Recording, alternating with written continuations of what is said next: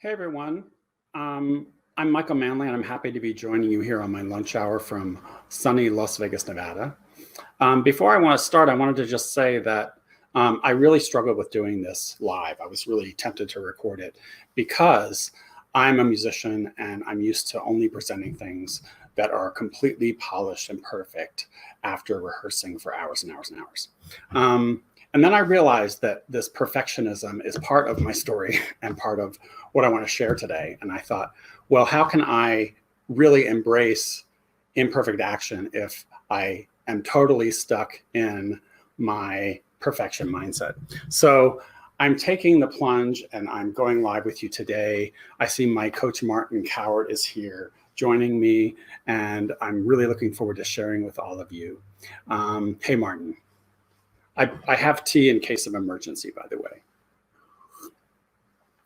So welcome to my first live stream. As I said, my name is Michael Manley. I'm a musician, arts and labor advocate, writer, educator, foodie, and vintage jacket, owl, and lamp collector. I've got one of my awesome lamps behind me. You can see it. Actually, this way is a better view. I'm currently the Director of Organizing and Education with the American Federation of Musicians of the United States and Canada. And aside from the jacket, lamp, and owl collecting, most of my passions serve the same goal, to educate and empower musicians and artists. And while most of my friends know me through one of these passions, few of you have really heard my musical story, at least. And I wanted to share that musical journey with you in my first live stream, as it really shaped who I am and what I do and why I do it. And I think it really highlights some universal truths that affect all of us as artists and particularly professional musicians and what we deal with. So what would happen if the thing that you loved most was taken away? I took up the trumpet in 4th grade, and this was a while ago. And I was good, but I wasn't really all that excited about the trumpet.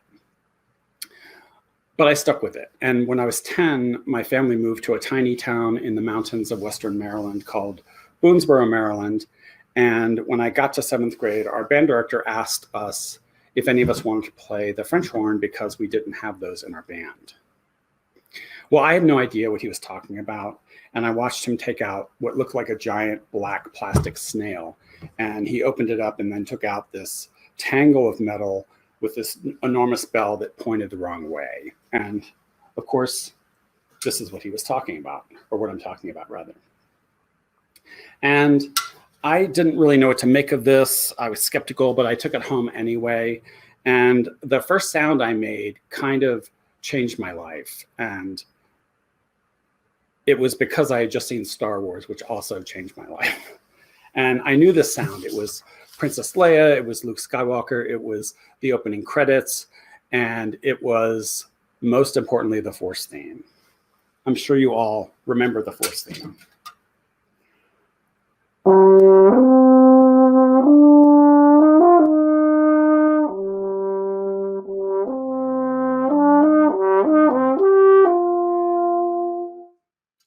So I was totally hooked after that. And I put the trumpet away and devoted all of my time to the horn. I was extremely focused on music. And by the time I was in 8th grade, I knew that this is what I wanted to do with the rest of my life. And I was starting to get pretty good from all the practice. So I went to summer camp, and it was an orchestra camp. It's the first time I played with strings, and that just blew my mind.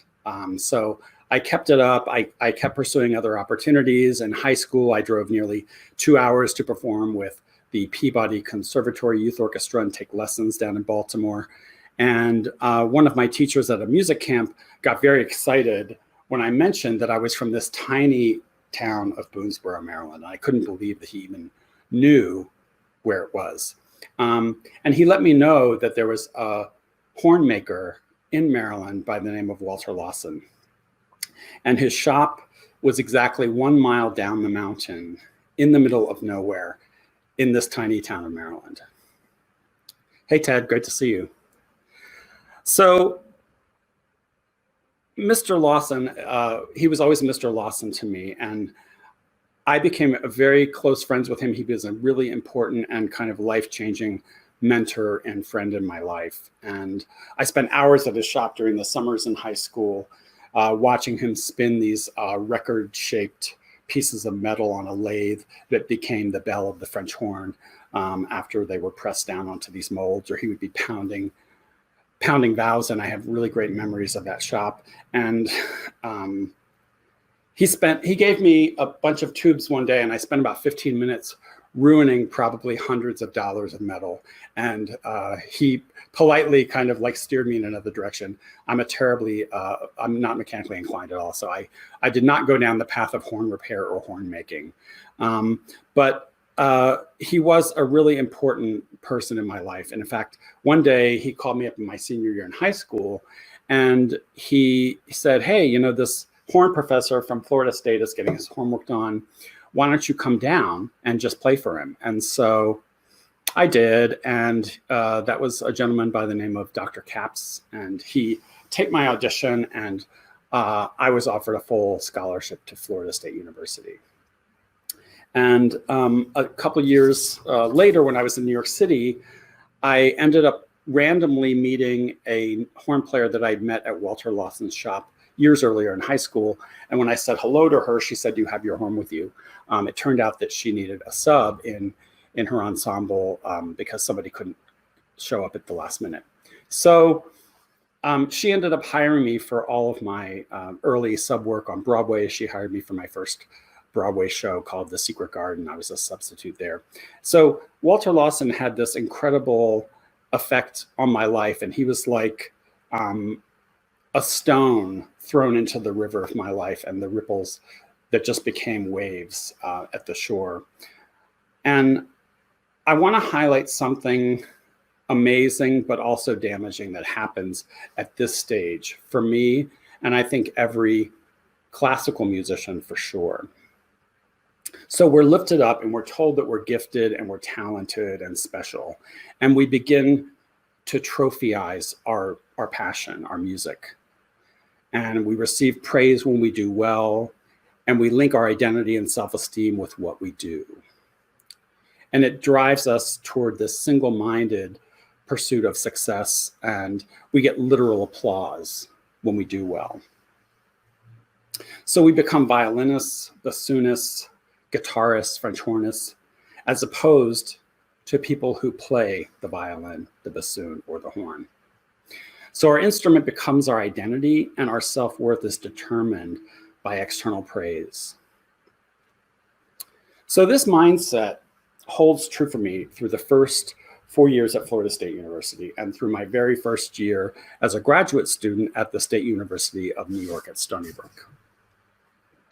I call it the artist mindset because it's the cycle of practice, perform, and audition with a laser focus. And it's this romanticized view of art and our craft that is really free of some of the really important key things like, how are we going to make money? What is a contract? What is my value in a marketplace? What is fair treatment? And we see ourselves as artists, not workers.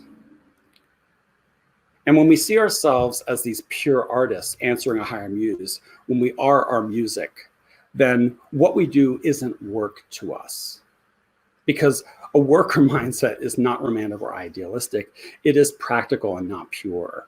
And this romantic higher calling artist mindset is often encouraged, not only by the patrons we perform for, but the employers who hire us, even our own teachers and colleagues, and especially ingrained in our own thinking.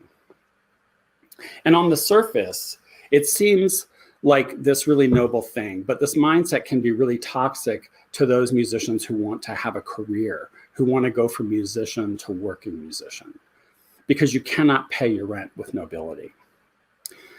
So I had this artist mindset, and it would have continued, I'm sure, at least through my graduate school years, but for 3 seconds that changed my life. So at the start of my second year of graduate school, I drove to Pittsburgh to audition for a chamber group that wanted me to play with them. And it seemed like an interesting first job, and I thought this will be good. And I was really annoyed because I was a very experienced player with lots of awards and recordings with the chamber group, and I was kind of annoyed that they didn't just want to hire me. They wanted me to audition, but I had agreed to go, and I said, you know, I should just show up, even though I had a terrible feeling about this trip.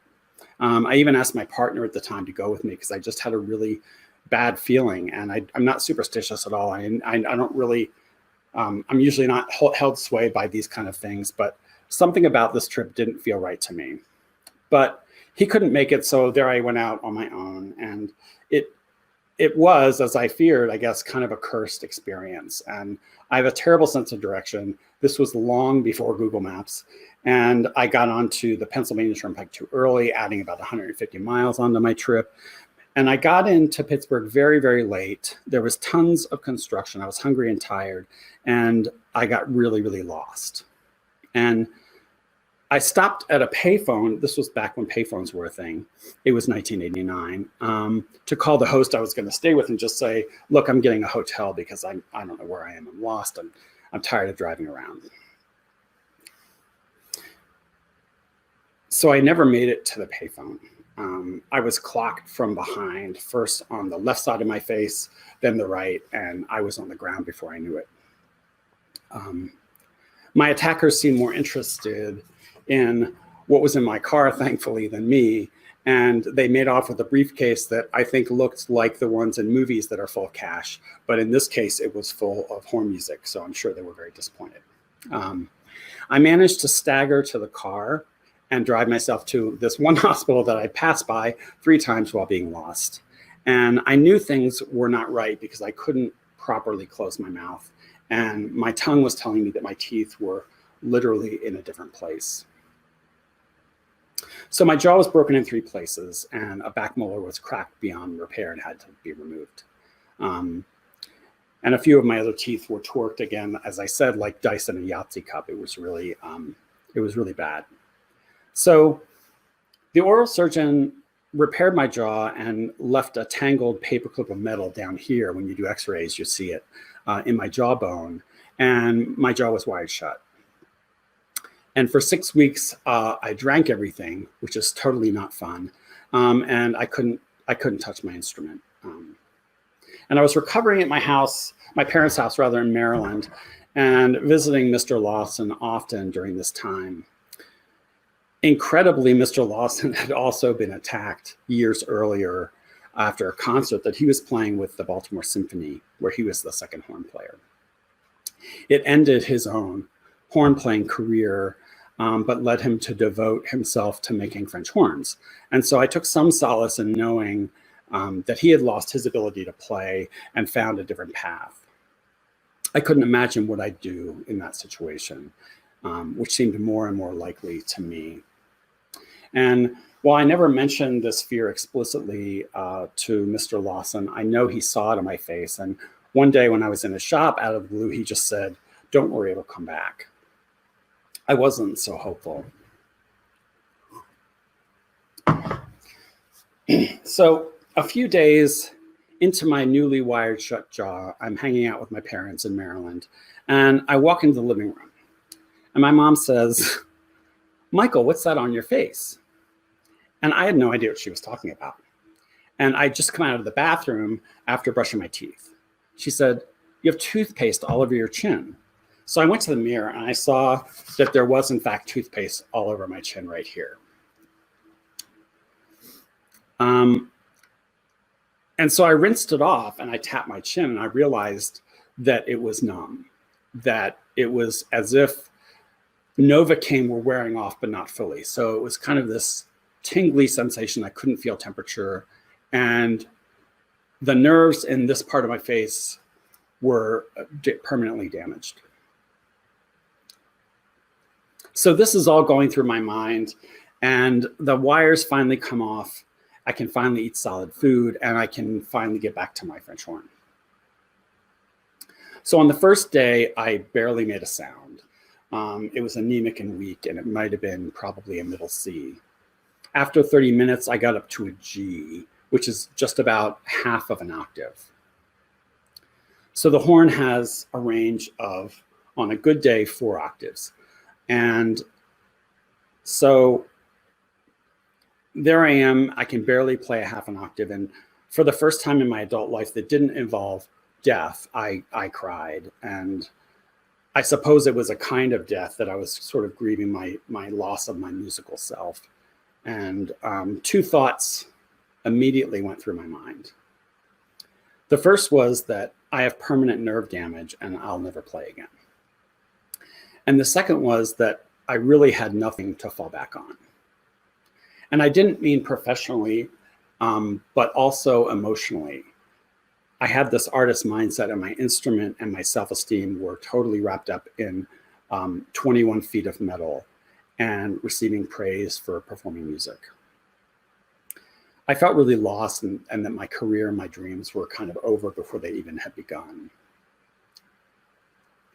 But the next day, I went back to it and I said, things can't get any worse, so why not? And I managed another 2 half steps, taking my range from C all the way up to an A, 2/3 of a scale, over an octave, and not too bad. So over the following days and weeks, I made very, very slow progress, and it felt very strange and different to me, like I had been a runner who was now having to learn how to go from crawling to walking again. I let go of my artist mindset because I had no other choice. These were totally imperfect sounds, and they were all I could manage. And they were not for any external praise or reward. I was not going to be able to perform for anyone except myself. So a few things happened during these weeks. First, I dialed my expectations down to 0. I had faced and already kind of mourned my assumed musical death. And I had no pressure to learn a new piece, to play for others, to do anything along those lines. I was free to simply make whatever sound or music would come out of my bell that day. And rather than stressing over it, and I just started really enjoying practicing. And second, because I had dialed my expectations all the way down to 0, my inner critic, my ego, or what I remember the inner game of tennis or music might call self-one, had nothing to judge or criticize. So eventually my inner critic got bored and left the building, and I started experimenting and trying new things, and I had this very different approach to practice. I had no goals. I cared about no outcomes. It was just play in the best sense. And the third thing that was different was that I was really grateful for every note that I could make. And this seems like a small thing, but we really take it for granted. And every time I go hear an orchestra or the opera and I hear an A, I wonder, does that cellist or flutist have any idea how fragile that A is that they're playing, and how quickly they could lose it? So Mr. Lawson was right. It did come back, and I had assumed that the nerve damage to this quadrant of my face was the problem, but it was really out of shape mouth muscles. There's a lot of muscles involved in brass playing, and when you're not talking or chewing, they just atrophy, they get out of shape. And they just needed to sort of come back.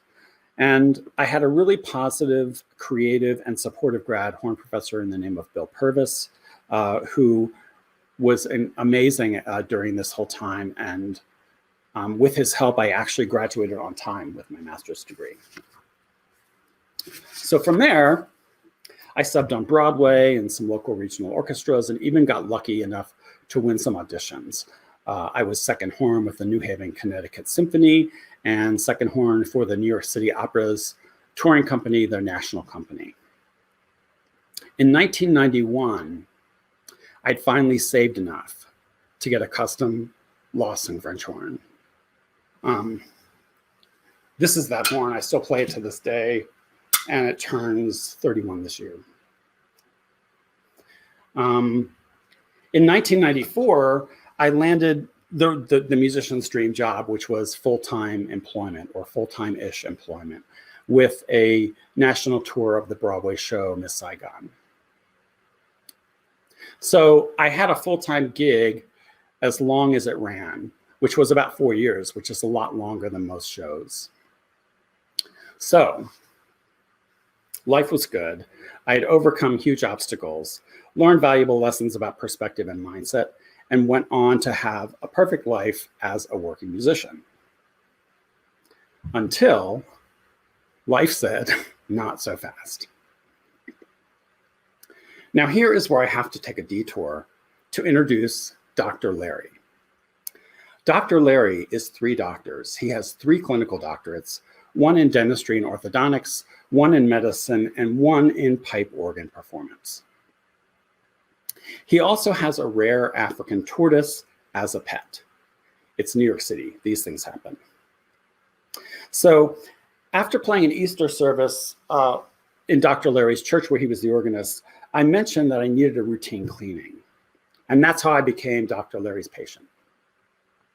On my first visit, Dr. Larry took x-rays and saw that I had this mangled paperclip in my jawbone and that the shift of my lower jaw was resulting in this slightly crooked smile that I had at the time. Specifically, he said that my jaw was tipped 16 degrees. I then told him the whole broken jaw saga from years before, and he told me that that explained why some of my teeth were torqued, and also that I would have debilitating TMJ issues if I didn't fix it immediately. So that didn't sound great to me. And would you believe that the only way to rotate my teeth back was old-fashioned orthodontic braces? So if the worst thing that can happen to a brass player is a broken jaw, the second worst thing has to be orthodontic braces. It was an incredibly hard choice, but I decided to take Dr. Larry's advice. And I had this 5-week break from my tour, during which I had my mouth filled with more metal again. And I had this incredibly tight timeline to relearn how to play from scratch with a whole new mouth. This is the second time in my career I've done this. And it wasn't easy, and there were compromises, but unlike my other colleagues in symphonies or recording studios, I reasoned that I only had to learn one piece of music, which was the second horn book of the Miss Saigon tour. And while it's not an easy book, I only had to play that one piece and do it over and over and over and over again. And I could probably make that work with braces.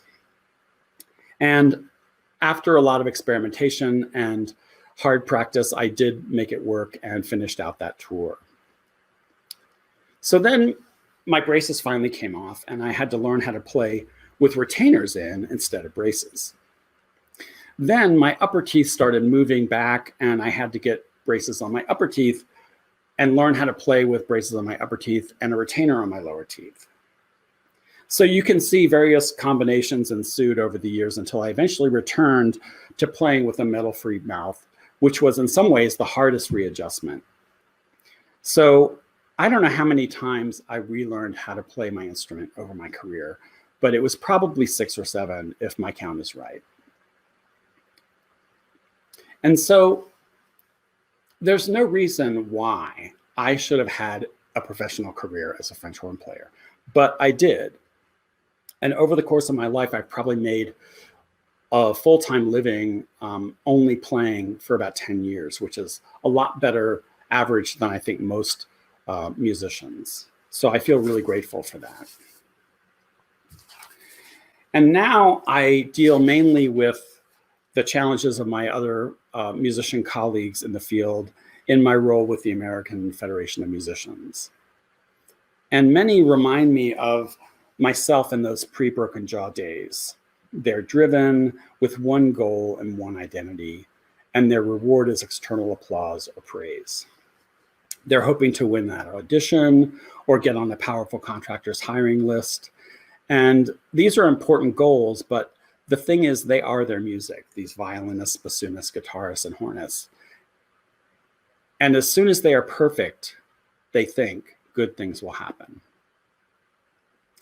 The problem with this artist mindset for working musicians is that you are never going to be perfect. And if you believe that you need to be perfect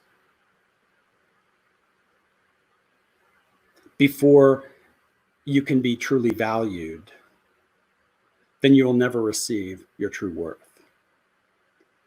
You're going to deduct from your value every chipped note, every out of tune chord, every slightly off rhythm entrance.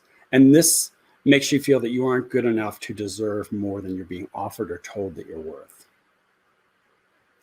And I'm really convinced that there is a link between this artist mindset and how musicians are valued or not valued.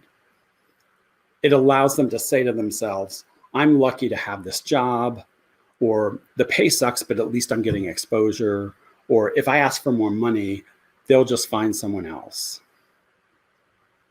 And we allow ourselves to be devalued by others because we devalue ourselves first. And we are waiting until we are perfect to say we're valuable. So I say to all of you, you're imperfect and valuable because all of us are. And your inner musician is not your whole self. Don't be a violinist. Be a person who plays the violin. As musicians, one of the greatest tools that we hand to those who want to exploit us is our belief that we can do nothing else, that we have to make music at all costs because it is who we are. So what would happen if the thing you love most was taken away? I think you'd learn that you don't have to be a musician to make music, that you are not your instrument, and something amazing will happen. You'll realize that your worth is actually inside, not external, and that serving the world through music is much more empowering and fun than chasing perfection for someone else's applause.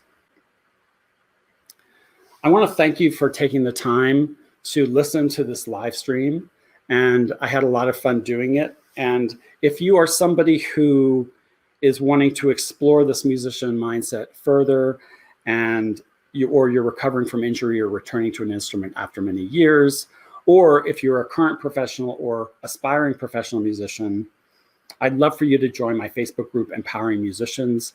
You can find it by messaging me or by doing a quick search on Empowering Musicians. Love to see you there, and happy to see many of you in the chat here. And until next time, I look forward to seeing you here. Take care.